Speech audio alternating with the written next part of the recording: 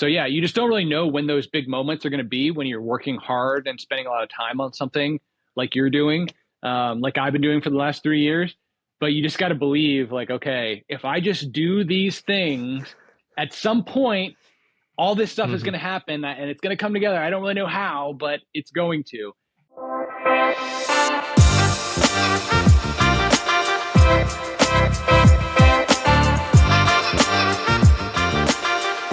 Hey everyone, welcome back to the Intelligent Conversations podcast. Today, I have the honor to learn from Nick Barrett. Nick is the founder of Cordbrick. Cordbrick is a product that helps you keep your phone chargers where you want. After having zero experience in product development, Nick went on a 3+ year learning experience to eventually win the coolest product at NRF 2023, which is a retailer conference. He has overcome various challenges to get where he is today, and he shares some of those challenges in this episode.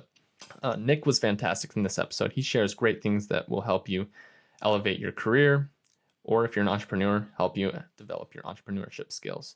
I don't want to spoil any of the show, so I guess without further ado, let's welcome Nick to the show. It blows my mind though. Like when I was doing research on you, you had 3+ years to get out Cordbrick, but then you had no product development experience before that. How'd you just decide to wake up one day and say, you know what, I'm going to start developing a product? So I originally thought of the Cordbrick idea, what became the Cordbrick idea, back in December of 2015.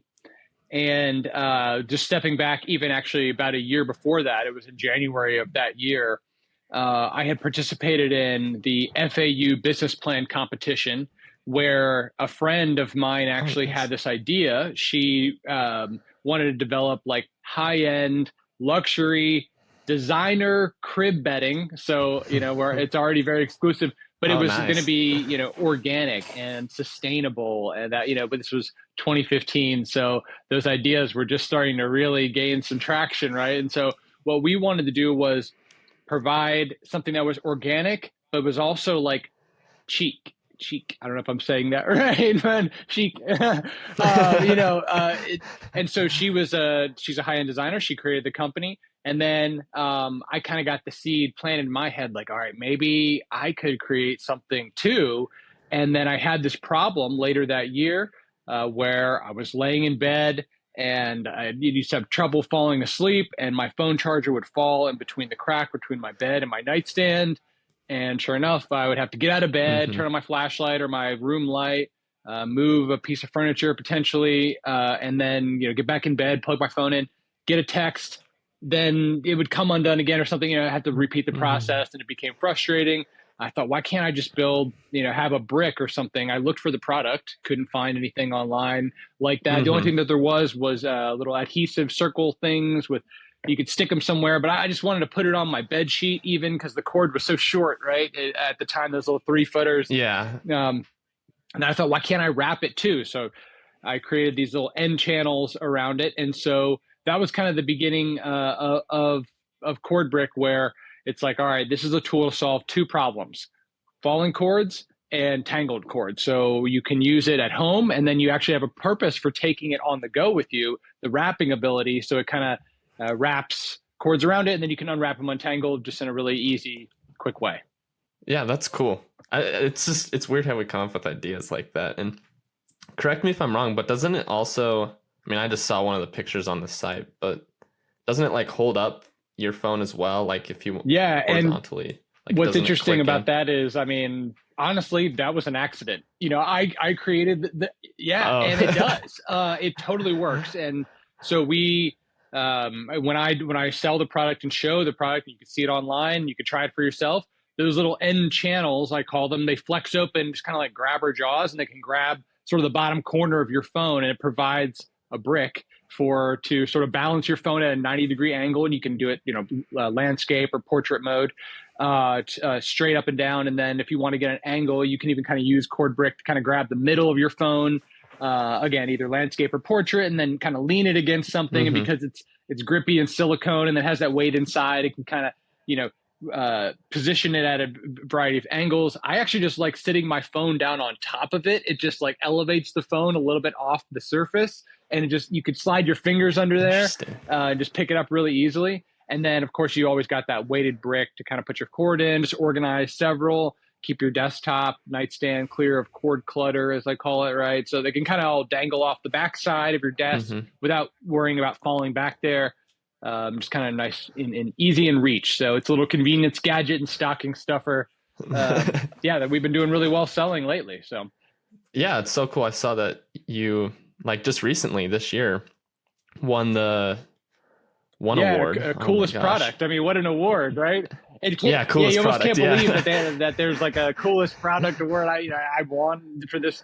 It was a smaller competition, I guess, at a big trade show. So we were at National Mm-hmm. Retail Federation show in January, and it was voted on by attendees. So that was really cool. I mean, the people who came there. Actually, let me tell you a quick story about. I was just thinking about this yesterday. The guy next to me in the booth told me, don't worry about getting people to vote for you. Usually what happens is Amazon or one of these big companies will, support someone that they already paid for their booth to come to the show and vote for them so that they can win the money. And, you just aren't going to have a chance because there was thousands of Amazon and large, every big Mm-hmm. retailer that you can think of had representatives at the show, online and in-person retail.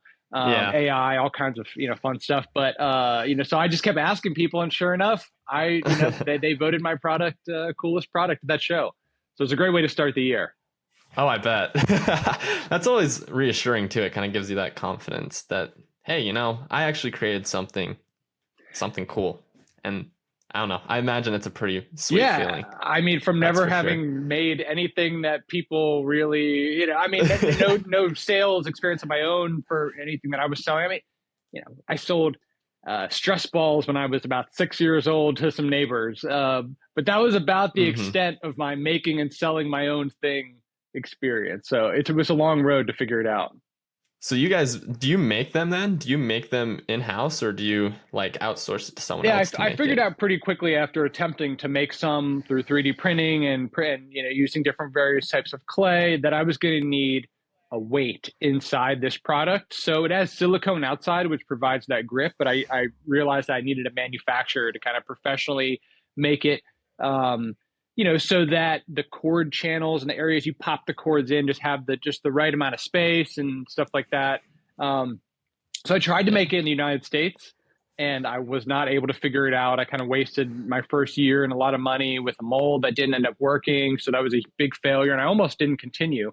But I ended up connecting with some people who knew a little bit more about prototyping and manufacturing after that, and was able to connect with a manufacturer overseas that makes it for me. And then I actually have since went to a third manufacturer recently, kind of direct to the manufacturer this time, and got my own engineer and redesigned the product even again, got our costs more where they need to be, and now are making tens of thousands and shipping them overseas on pallets. So it's been, step by step figuring out how to get there and do all that.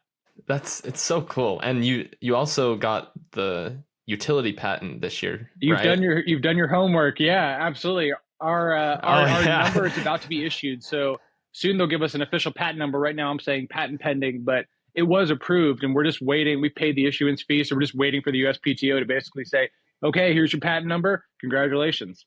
That's so cool. I bet that was a fun process just working through that because I bet from what I've heard, a patent like getting those is very difficult. What was your It seems to experience be with very that? valuable. I mean, I don't, it remains to be seen with this product and what happens, but everyone kind of told me, and I knew from the beginning that this product was very susceptible to knockoffs. And, you really can't have a business when people will make your product and sell it for pennies on the dollar. It's just, so you need intellectual Yeah. property. And we were able to get that utility patent, which if we didn't get the utility patent for this product would have made it a lot less lucrative from a business standpoint to be creating a product like this. I mean, just let me give you an idea. Pop sockets, most people know pop sockets are that little grip that goes on the back of your phone that kind of has a little silicone spring and comes Yeah. out and allows you to hold your phone better.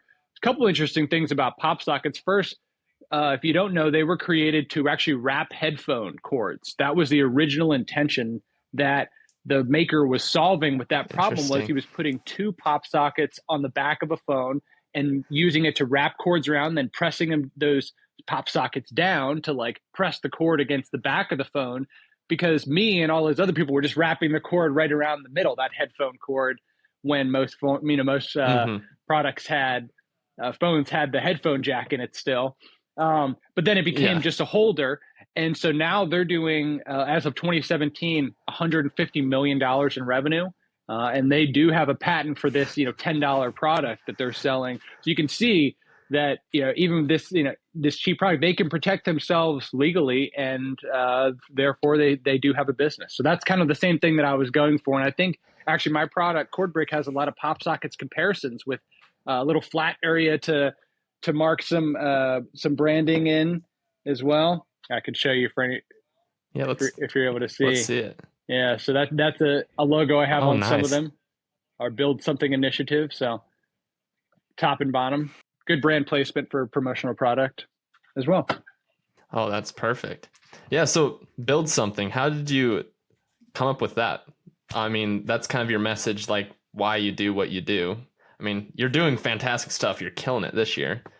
How did you kind of come up with that like message? It kind of reminded me actually of like what Apple did way back when with Think Different. Like, I think what you did there is just thanks. Cool. And I appreciate you taking notice of that, because I went through several different slogans and initiatives and whatnot. And, part of my mission is due to the fact that I am a recovering alcoholic. I've been sober over 6.5 years now. And part of what helps me and other alcoholics were recovery centers. And so I want to actually physically build or donate enough money to be able to build a recovery treatment center that's managed by a nonprofit organization to help people get back on their feet. There's one in town here in Naples, Florida, that does a fantastic job, St. Matthew's House. I went to another one called Hazelden, which is a little different, but it also has, Hazelden Betty Ford Foundation also helped a lot of people. So that's part of the mission. The other part of the mission now has kind of evolved because I've been doing some speaking at FGCU, local school here. And, it just seems that I'm being told by some people that I can be, I like to talk. And so they, some of these students have said, wow, you're really inspiring me to build something, to do something, to create something. And I'm like, man, I can really make a lot more impact if I'm helping mentor and share my experience with other young people who may want to do this that never did. And so I can kind of help get them over the hump in terms of figuring out things quicker, making fewer mistakes, and, learning from my failed, experiences as well. And hopefully, help them with any insight that I might be able to provide with where I sit now. So that's what I'd like to do, is just kind of inspire people to inspire others to go create something. I think the more ideas that are spread, the better, and the individual needs to be elevated. If you elevate the individual, the best ideas will come to the surface, and then we can all benefit. I agree. 100% with everything you said there. And with what you were saying, just you need to start building. I found that that's what you just have to do. You kind of just have to throw yourself in. You'll never really know enough until you actually start doing it. I mean, just for reference, I'm trying to build right now, it's a drone that would clean windows. It's probably just another wild goose chase of mine, but it's a learning curve, that's for sure. And yeah, the idea that you just have to start, and then you'll kind of figure out, oh, I need to do it this way, or you'll tweak it just as you go. And it's kind of cool what you're doing. Like, hey, I want to actually kind of help people overcome these hurdles. So how are you kind of doing that? So I love what you're mentioning and talking about right now. And I just want to add to it a little bit by saying I've heard and was inspired by a gentleman who I think was some lead engineer, maybe head of AI, I think at Tesla. And he was talking about Malcolm Gladwell's 10,000 hour rule, which you may be familiar with. Yeah. And one thing he said about that rule is, in those 10,000 hours, not everything you do is going to be useful to you. You're going to actually waste a lot of time and spend time on stuff that you will never use. But guess what? You're also going to spend time on stuff that you won't expect to work on or gain knowledge in. And then later on, you'll be like, oh man, I'm so glad that I did this thing or knew about this little thing that just would have never thought that I would have needed to know. But because I was doing this, that, and the other thing, I did have to learn that. And so there you go. So you start picking up and accruing different skills and by just doing stuff, and you can't predict what those things will be. I'm sure you running a podcast of yourself, you kind of realize that on the go, things just evolve and become different than you would have imagined at first. Mm-hmm. So that's, I think, why the Build Something initiative is so important. And also, I've been inspired by so many people at like flea markets and other places being like, I just want to buy one because I like you and you're an entrepreneur and I want to support entrepreneurs. It's like, okay, exactly. Thanks, so if you just put yourself out there, people just give you positive energy because they want to see themselves doing that. And then you keep doing that because it's a reward. And, then it just perpetuates itself, and then you go inspire other people to do that, and then they get positive reinforcement for the things that they did, and then they tell you, hey, thanks for inspiring me to go do that thing, and you're like, yes, I did it, and then I made other people do it, and now I feel great about all the above. So it's a self-fulfilling prophecy, it seems like. Yeah, that's for sure. And this is something I even continuing to try and overcome is sometimes the biggest critic is yourself. And then there's other people that'll kind of like doubt your ideas or whatever it may be. But kind of what you said, I find that like as I'm learning more and more, most people are rooting for you. They're like, hey, way to go. Like, I would have never had the balls to do that myself. Like, what can I do to help? No, that's an interesting point. I mean, I think that's a uniquely American point, perspective. I've heard in many different places that even other English speaking countries, I mean, you can listen for yourself and look this up for yourself. They have something called tall poppy syndrome. And so they like to kind of cut you down to the rest where the rest of the herd is. But in America, my experience is that it is not that way. People are rooting for you to succeed. By and large, the haters are very minimal. And then once you get the haters, I think that kind of is a validation of when you started to succeed, because people are paying enough attention to you that you're getting some people to start even rooting against you, which who can actually argue if that's really a negative thing in the long run, really, with engagement and stuff on these social media platforms. So yeah, putting yourself out there seems to work. Yeah. And you have to be willing to actually do something too. And you can say things, and I did that for the longest time. You can say things, but then actually doing it is the hardest part. Like working through, because it's hard. Like you encounter challenges and setbacks, especially. How do you kind of, I guess, find that motivation to just keep going in those setbacks? I was listening to Mark Andreessen, and he was saying how entrepreneurs can't let on how many struggles and no's they get. You can't tell people. Don't go around saying how difficult it is and this and that, because you'll lose a lot of followers quick. I mean, you'll lose a lot of your support if you keep telling people and complaining about how difficult it is. And so what you've got to do is you've got to kind of pretend that everything is going great when it's not. And eventually what happens is you do it by sheer will. You decide to not take no for an answer, and you figure out, okay, I'm telling people that I'm doing this, so I better do it. And kind of by having your back against the wall, I think most people, when they're up, under some pressure, that's when you got to perform. Life is so easy these days. Everything is right at your fingertips. I mean, it's not really, there's no real argument against that. We live in a society of abundance. And so it's not difficult to do what you want to do. And I think that when people see you doing something and doing something challenging, inside they can't help but respect it. I mean, I think our human nature is to appreciate other people that are doing hard work, and when we can see it with our own eyes, especially, and you can see like, hey, that's the person that's actually doing it. When I go to the grocery store, I don't see the farmer who is having to labor over that food. So it's harder to appreciate where it came from. But if I go meet an entrepreneur anywhere, or do an interview with someone on a podcast, it's like, hey, that's the guy. I appreciate what they're doing. I think most people would say, like, to retail shop owners and stuff, like, thank you for, you know, trying to run this small business and employing people in our community. You know, so it's great to have that local connection and someone that you actually know, a face you actually know too. Yeah. And that thank you goes a long way, just for those listening as well. I'm sure you've experienced that too. And back to the kind of that thing where you kind of say something and then you have to actually do it. I find that that's almost the way to help yourself be accountable, like hold yourself to be accountable, because then that person, right, you can say it, but then next time you see them, like out and about, they'll ask you, right? That's the question. Oh, so how's this going?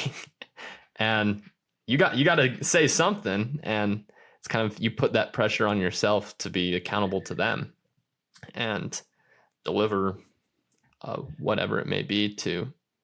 Yeah, and I think that's a very wise thing to say. I'm not sure if you knew, you know, some of my experiences in stating that just now, but I'll tell you, one of the things that I would say is like an absolute, just rock solid belief of mine is that the only thing you have when you lose everything is your word. And so you can lose all your money, you can lose everything that you know, every material possession, but if you still have your word, and your word means that other people believe what you say to be true, right? Then you actually do have currency.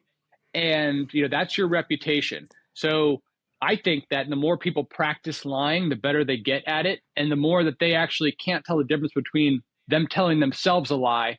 And so then they start lying to other people so blatantly that the other people can see that they're doing it, but they don't even realize that they're, you know, giving up the game, that they are so, you know, just believing their own narcissistic lies. Yeah. And so if, you know, I do believe if you practice lying and aren't conscious about what you're being honest to yourself about, eventually it gets to a point where you really can't tell the difference of if what you're saying is real truth or if you're just rationalizing BS to yourself.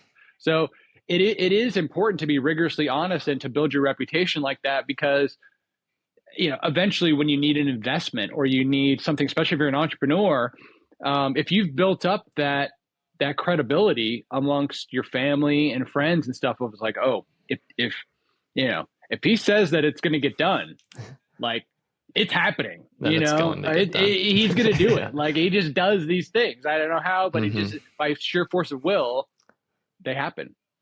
So yeah, but build that currency up and don't lose it, because it's really quick to lose too. That's the other thing. I mean, it'll go right out the window with people in an instant.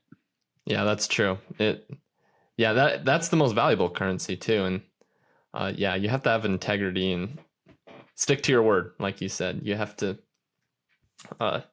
do what you say. And man, just you saying that, I mean, I'll raise my hand. I find myself guilty where I'll just like randomly come up with an idea. I'm like, oh, this would be interesting. And I'll kind of toy around with it for a while. And then, right, I'll have a conversation with someone. Yeah, I'm kind of doing this right now. And then they'll ask me later and I'll be like, oh yeah, that didn't work out how I thought it was going to. And then they're like, oh shoot, I was rooting for you. That was a good idea. And that's, I don't know. When's the right time to, I mean, this is something I'm really working on right now, is how would you find the right time to, like, when should you pivot and when should you stick with something long enough? Yeah, it is a great question. Honestly, like, not to be cheesy, but like, these are like intelligent conversations. This is an intelligent questioning by you about what, you know, some things that are very, very important. What you're talking about right now is like, how do you evaluate whether an idea is worth doing? And so the message that I always give to entrepreneurs when I go and speak with them is, do not be afraid to tell other people your idea, right? And the reason for that is that you need people to give you feedback. You need to like get a response of what do people think of this idea besides me? And I got to get it out of my head, because you just, you know, multiple heads are better than one. There's just no argument with that. People are going to poke holes that you just didn't see. And so you also need to not be worried about people stealing your idea, because number one, you're probably not going to do it, right? If you are, you're probably going to develop it a lot further before you're just like working out the you know, the fuzzy details. Because probably what's happened is a lot of people have had that idea, but they couldn't figure out how to execute it. I mean, it's not so novel most of the time. like with my product, Cordbrick, it's like there were other things that existed, but honestly, like my lack of being an engineer helped me because I didn't take the limitations that some of those people took into it beforehand because Exactly. I didn't know them. So it's like, you almost have to accidentally invent something in that case. And then it just happens like, oh, well, it's good that he didn't have that knowledge to be able to do it. Because if he was so smart and wise and knew all the intricacies of the process, like maybe he wouldn't have done it or attempted it at all. So I would say go hash out, those ideas by asking them with people. And also, if you're afraid of like not keeping your word, I would say that your word, if you say you're going to do something or you're thinking about something, it doesn't necessarily mean like it's going to create a business or it's going to happen. We're just talking about it. We're having a debate. People think by having conversations and discussing things out loud. It's hard to think in your own head very far about an issue, too in depth. So you got to work it out verbally. And then if you give them a good reason of why you didn't do it or what changed or what like came up, they'll be like, oh, okay. But if you give them a reason that's like, I'm just lazy or, whatever. But if you tell them, hey, now is just not the right time, I realized, or I don't have the funding to do that or this and that, they'll be like, okay, we'll keep thinking. But, one of these is going to be a good idea. And, if ever I have ideas, I'm coming back to you with them. I like that. Thank you. That helps a lot. And kind of what we're doing here, I think that's the value of podcasts is we can hash out ideas like verbally and kind of get what's off our mind. And it takes a long time to like work down to the nitty gritty, which is why like, the short form like TV conversations aren't good for stuff like this and why people love these longer form conversations. Because you really do kind of get to break down to the bottom of everything that went into someone's thinking of why they did something or, how they got to a certain point that you can't figure out in 5 or 10 minutes or anything like that. Oh yeah. No. Yeah. You can't figure out how to execute something in 5 or 10 minutes. And we like to think we can, but sure that we can. And that's the thing, kind of to counter that though, is with the short form content that we see on, just get blasted on with social media, it kind of gives us that illusion that, oh, it is easy and we can get stuff in these short amount of times. Like, oh, it's just so simple. But then in reality, it's not. How can you kind of, I guess, work through that process of, okay, like I see this short clip, maybe there's a better way to phrase this, but like, how do you, I guess, have the patience to stick with something long enough? Because I think that's, our attention spans are getting beat to death with the short form content. How do we kind of keep that patience and kind of work through our ideas and whatever it may be? First, it was through having some trust capital built up through people who've invested in me. I would not have been able to spend this much time doing this before making money.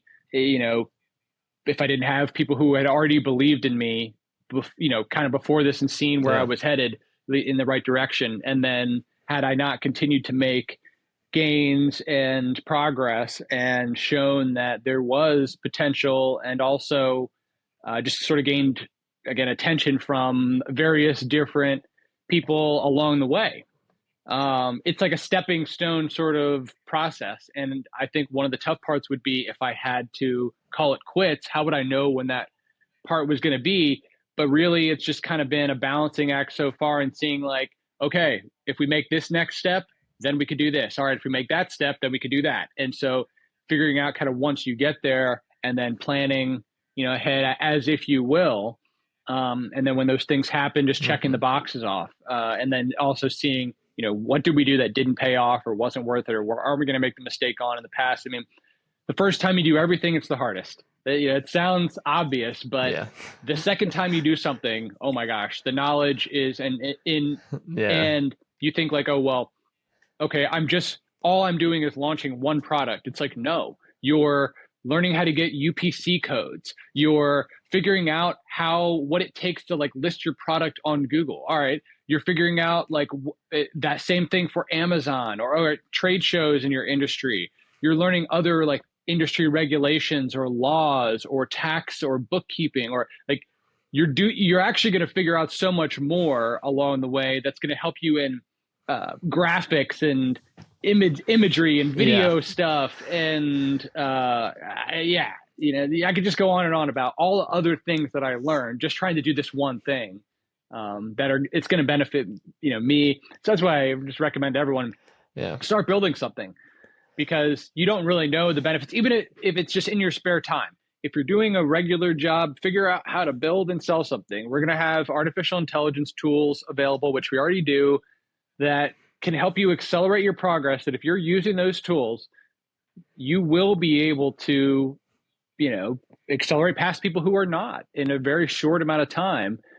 So it's a great time to like start a show, start a podcast, start a business, build a product, get your name out there, get an Upwork profile, Fiverr thing, just working with different companies on a project basis, because it seems like what's going to happen is more work is going to become project based and less work is going to become permanent year round salary retirement package based. So you're going to have a set of skills in a certain area or a number of areas where you can kind of jump around even in industry or outside of industry, to help various people and just kind of sell yourself and market and brand yourself as an individual more in the future. And that's going to enable you to kind of live, I think, wherever you want.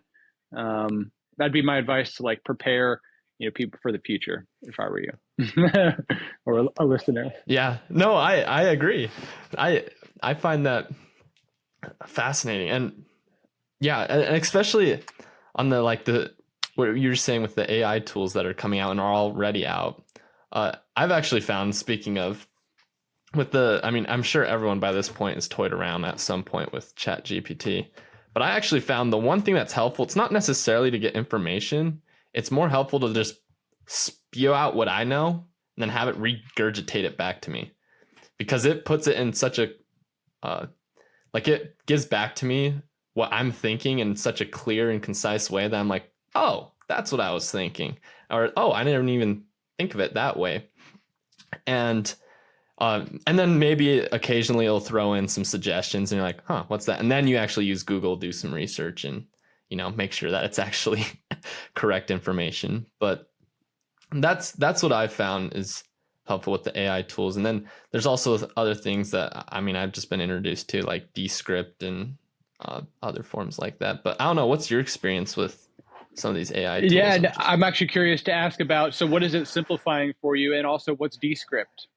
Oh, so Descript is, it's simplified. So like you can upload videos, so kind of what we're doing here. And then it can find tidbits of, it'll transcribe the whole podcast for you automatically. And then it'll also, a lot of the backend stuff that you'll do for like Google SEO and stuff like that. But, and then kind of what I put down is just like, let's say I have this idea. I'm like, okay, this is how I'm thinking of building it. And then it'll get back and be like, hey, now they released a feature where you can kind of type, hey, how do you want the engine to respond to you? I'm like, hey, I'm an entrepreneur. I need some encouragement because sometimes my confidence is pretty small.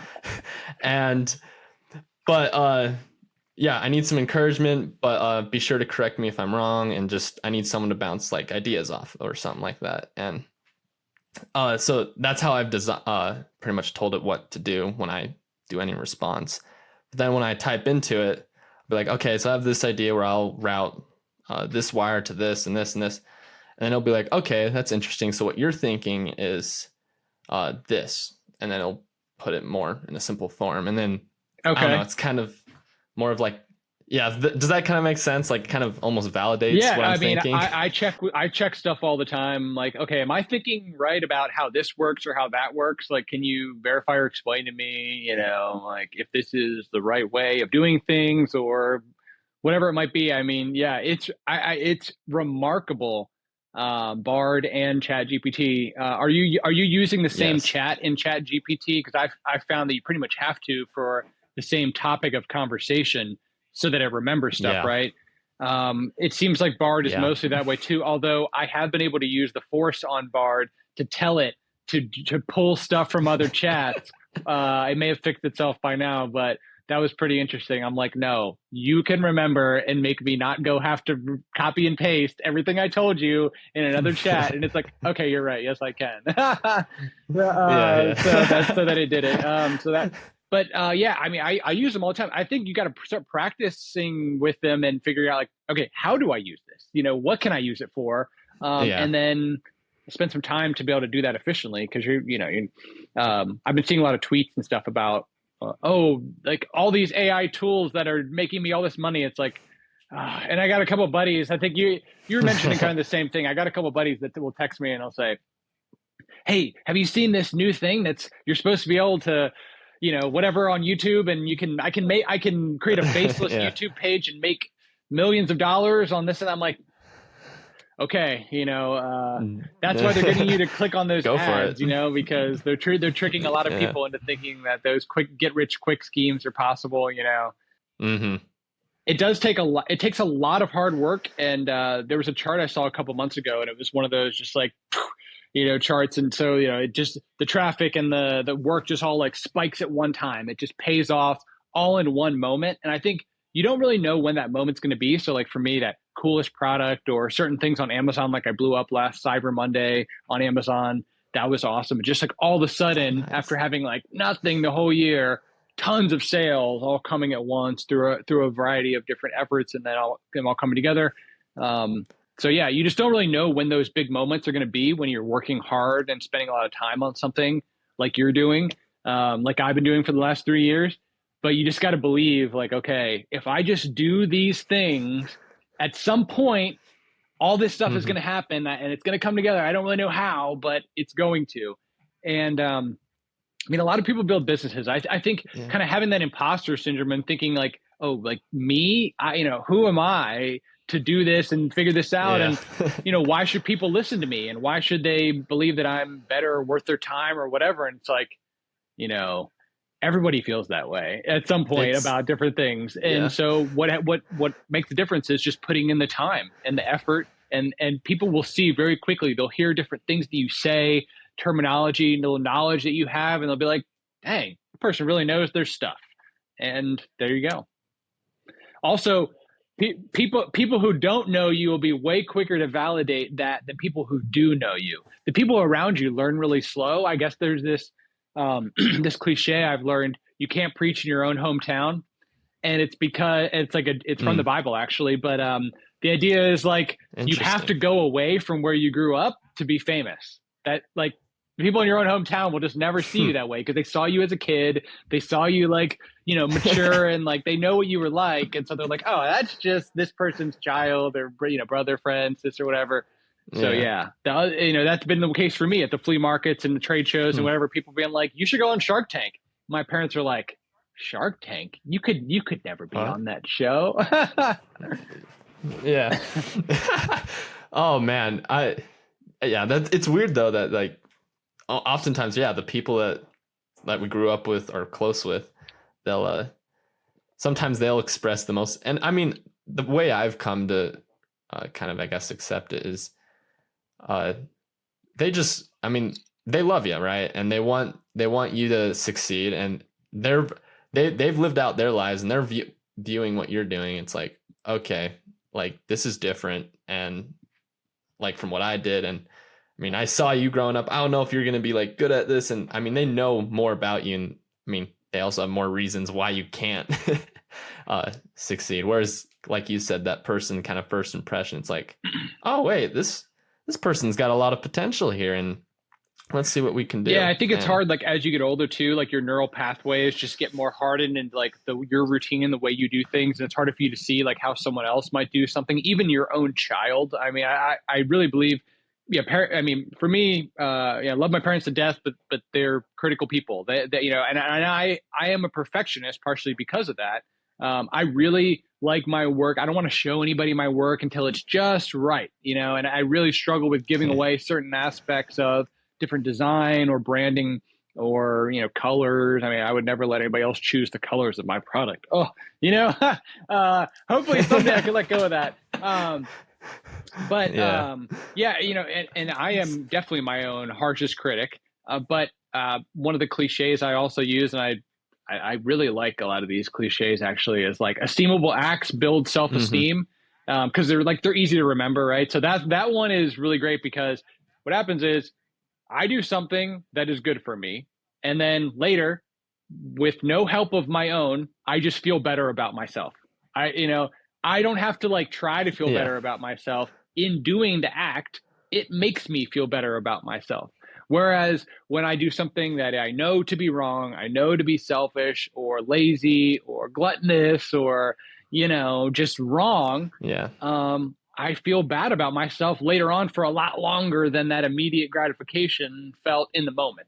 So if you practice just doing good things and what you know you're supposed to do, which everybody, you can't say that you really don't know right from wrong. Everybody just naturally kind of does, I think. Yeah.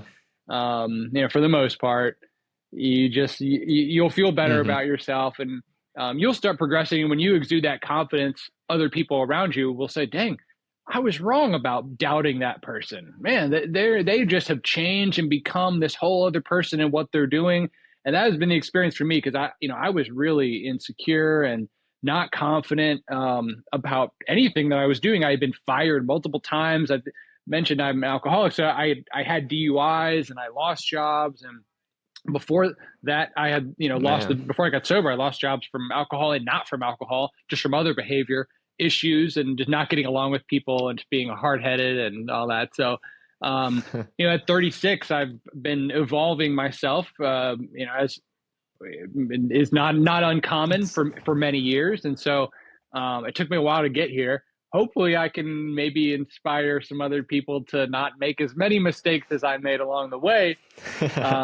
So yeah, that's what I try that's to do in some of I my spare time. well, I think that's cool. Oh man. Yeah, and especially that last part. I'm sure people will get inspired, because I mean it's what Hollywood literally makes millions off of.